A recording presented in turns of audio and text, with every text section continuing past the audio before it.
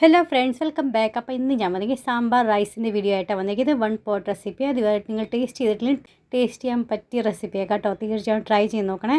1 pot recipe അത്. അപ്പോൾ ഏറ്റവും നമുക്കാണെങ്കിൽ പച്ചരി എടുക്കാം. 1 കപ്പ് ഞാൻ പച്ചരി, നമ്മൾ ഏത് കപ്പോ ഗ്ലാസ്സോ എടുക്കുന്നതെന്ന് വെച്ചാൽ അതിൻ്റെ അളവിന് തന്നെ വേണേ വെള്ളം എടുക്കാനായിട്ട്. അപ്പോൾ 1 കപ്പ് പച്ചരി എടുത്തിട്ടുണ്ട്. 1/2 കപ്പ് നമുക്കാണെങ്കിൽ സാമ്പാർ പരിപ്പ് അല്ലെങ്കിൽ തുവരപ്പരിപ്പ് നമുക്കെടുക്കാം. 1/2 കപ്പ് നമുക്കെടുക്കണം. എന്നിട്ട് കഴുകി നന്നായിട്ട് നമുക്കതൊന്ന് വെക്കാം, അങ്ങനെ സൈഡിലോട്ട് മാറ്റി വെക്കാം. ഇപ്പം ഇനി നമുക്കൊരു പ്രഷർ കുക്കർ എടുക്കും. അതിനകത്ത് നമുക്ക് 2-3 ടേബിൾ സ്പൂൺ എണ്ണ ഒഴിച്ച് കൊടുക്കാം. 2 സവാള നീളനെ അരിഞ്ഞ് അത് ഇട്ട് കൊടുക്കാം. 2-3 പച്ചമുളക് നടുക്കെ കീറി അതും ഇട്ട് കൊടുക്കാം. ഒരു 6-7 വെളുത്തുള്ളി അല്ലി ഞാൻ ചതച്ചത് അതും ഇട്ട് കൊടുക്കുന്നുണ്ട്. കുറച്ച് കറിവേപ്പിലയും ഇട്ട് കൊടുക്കാം.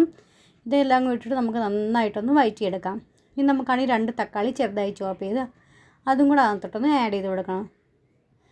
ഇതെല്ലാം കൂടി നന്നായിട്ട് സോഫ്റ്റായി വരാൻ വേണ്ടി നമുക്ക് നമ്മുടെ ടേസ്റ്റിനനുസരിച്ച് നമുക്ക് ഉപ്പും ഇട്ട് കൊടുക്കാം. ഇനി നമുക്ക് സാമ്പാറിനകത്ത് എന്തൊക്കെ പച്ചക്കറി നമുക്ക് യൂസ് ചെയ്യേണ്ടതെന്ന് വെച്ചാൽ അത് നിങ്ങളുടെ എന്തൊക്കെയാണ് ഉള്ളതെന്ന് വെച്ചാൽ അതൊക്കെ ഇട്ട് കൊടുക്കണം കേട്ടോ. ഞാനിപ്പോൾ കൂടുതലൊന്നും ഇട്ടിട്ടില്ല, അല്ലെങ്കിൽ മക്കൾ കഴിക്കത്തില്ല. അത് കാരണം കൊണ്ട് ഉരുളക്കിഴങ്ങും ക്യാരറ്റും മാത്രമേ ഇട്ടിട്ടുള്ളൂ. ഇനി നമുക്കാണെങ്കിൽ 1/2 ടീസ്പൂൺ മഞ്ഞൾപ്പൊടി, 1/2 ടീസ്പൂൺ കായപ്പൊടിയും ഇട്ട് കൊടുക്കാം.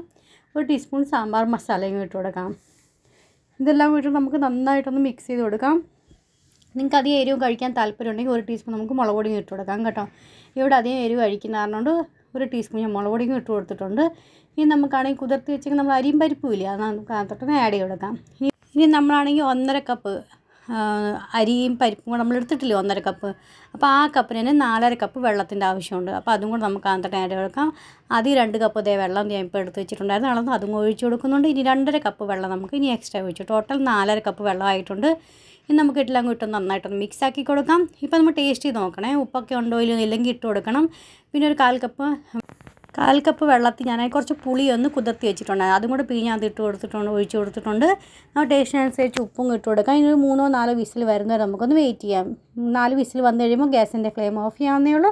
കുക്കർ നന്നായി തണുത്ത് എയറൊക്കെ പോയി കഴിയുമ്പോൾ അതിന് ശേഷം നമുക്ക് തുറക്കാം. തുറന്നിട്ട് നമുക്കാണെങ്കിൽ ഒന്നും നന്നായിട്ടൊന്ന് മിക്സ് ആക്കിയതിന് ശേഷം ഇതിന് വേണ്ടി ഇനി ഒരു തടക്കയൊക്കെ നമുക്ക് റെഡിയാക്കി എടുക്കാം. തടക്കാപ്പായനെ വെച്ച് കൊടുക്കാം. അതിന് നമുക്ക് 1 ടീസ്പൂൺ നമുക്ക് എണ്ണ ഒഴിച്ച് കൊടുക്കാം. 1/2 ടീസ്പൂൺ കടുക് ഇട്ട് കൊടുക്കണം. 1/2 ടീസ്പൂൺ ചെറിയ ജീരകം ഇട്ട് കൊടുക്കാം. ഇതെല്ലാം കൂടി നന്നായിട്ടൊന്ന് പൊട്ടി കഴിയുമ്പം ഉണക്കമുളക് പറഞ്ഞാൽ നമുക്ക് ഇട്ട് കൊടുക്കാം.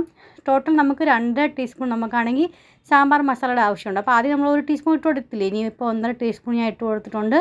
ഇതെല്ലാം കൂടി നന്നായിട്ടൊന്ന് മിക്സ് ആക്കി കൊടുക്കാം. കുറച്ച് മല്ലിയിലയും കൂടെ അതിനകത്തിട്ട് നന്നായിട്ടൊന്ന് മിക്സ് ആക്കിയതിന് ശേഷം നമുക്ക് അതിൻ്റെ മേലേക്ക് കുറച്ച് നെയ്യോ അല്ലെങ്കിൽ പപ്പടമോ എന്തിൻ്റെയും കൂടെ ആണെങ്കിലും കഴിക്കാവുന്നേ ഉള്ളൂ. നല്ല അടിപൊളിയാണ് 1 പോട്ട് റെസിപ്പിയാണ്. നിങ്ങൾ തീർച്ചയായും ട്രൈ ചെയ്ത് നോക്കണം. ട്രൈ ചെയ്ത് നോക്കിയിട്ട് നിങ്ങൾക്ക് എങ്ങനെ ഇഷ്ടപ്പെടുന്നുണ്ടോ ഇല്ലയോ എന്ന് അറിയിക്കണം. ഇഷ്ടപ്പെടുന്നുണ്ടെങ്കിൽ പറയുന്ന കൂട്ട് ലൈക്ക് ചെയ്യാനും ഷെയർ ചെയ്യാനും സബ്സ്ക്രൈബ് ചെയ്യാനും മറന്നുപോലെ. നെക്സ്റ്റ് ഒരു വീഡിയോ ആയിട്ട് വീണ്ടും കാണാം. Bye friends.